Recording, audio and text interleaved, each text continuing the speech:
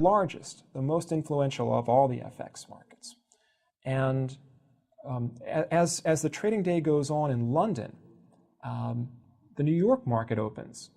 New York is the second largest market. So you have the largest market still open in London, and now the second largest market in New York is open at the same time, literally.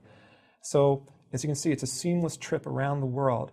And as the New York trading day winds down, the process begins again. We start trading in New Zealand and Australia, and again, the trading day begins once more. So that's how the market is able to continue trading at 24 hours per day. Let's take a look at some of the major currencies. These are the currencies that will be trading in the Forex market. This is certainly not all of the currencies that are available. We're just going to take a look at some of the major ones, the G7, and their abbreviations. Now, EUR, that's the euro. GBP is Great Britain pound. USD, United States dollar. And JPY, Japanese yen. Also, CHF is the Swiss franc, also called the Swissy. CAD, the Canadian dollar, which is the nickname is the loonie. AUD, Australian dollar, the Aussie. And NZD, the New Zealand dollar, which is also known as the Kiwi. Now, a few quick facts about each of these. The US dollar, first of all. The US is the largest economic power in the world, and 40% of capital market assets come from foreign investment. As this goes on, you'll see why that's important. Suffice it to know that there is a large amount of capital flowing into the United States from abroad. 90% of all currency transactions involve the US dollar. So obviously, the US dollar is going to be something that we're going to have to keep our eye on. Very important, very influential currency. Also, gold and the US dollar have an inverse relationship. And when I say that, what I mean is when the price of gold goes up, in most instances, the US dollar falls. And vice versa, when the US dollar rises, the price of gold falls. The US dollar is also highly influenced by US stock and bond markets. And you'll see that that's true with a lot of these currencies, that when a country's stock market begins to heat up and money begins to pour into that stock market from around the world, that flow of capital flowing into that country can cause that currency to strengthen. And that's something that we'll focus on a little bit more later. Let's take a look at the euro. Now, the euro is the world's second largest economic entity. It is not one nation. It is actually comprised at this time of 25 member nations. And the monetary policy of the Eurozone is dictated by the European Central Bank. So all these countries have subjugated themselves to the Central Bank of Europe. And your most influential members of this that comprise the euro are going to be Germany and France. So certainly, if major economic news occurs in Germany or France, that could very well impact the value of the euro. Let's take a look at the Japanese yen. Japan, the world's third largest economy, again, behind the US and the Eurozone.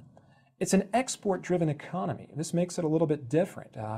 If you're like me, you probably have a lot of products in your home, electronic products, etc., that are made in Japan, and that's true around the world. That's true with a lot of people. Japanese economy is based on exports. The Bank of Japan, the central bank of Japan, has a history of intervening in the currency markets. And when I say intervening, what they do is they actually try to move the currency, try to change the value of the currency.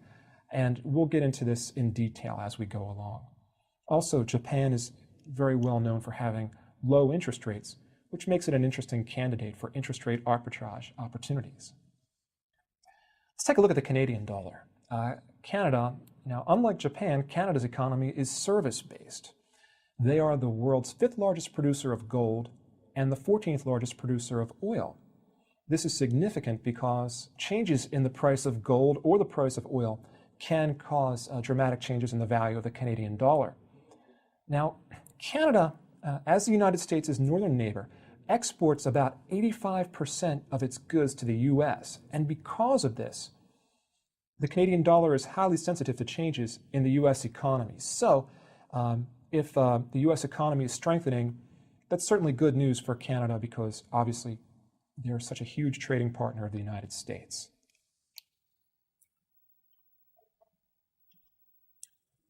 Let's take a look at the Swiss franc. Now, Switzerland is a small country and has a fairly small economy, but economically speaking, they are very important because 35% of the world's private wealth management excuse me, occurs in Switzerland. There's a very strong correlation between the Swiss franc and precious metals, especially gold. And the Swiss franc Switzerland itself, actually, I should say, is famous for being politically neutral. And this is important because in times of uncertainty, a lot of times you'll see money flowing into Switzerland, into the Swiss franc, because obviously it's politically neutral and that makes it a safe haven.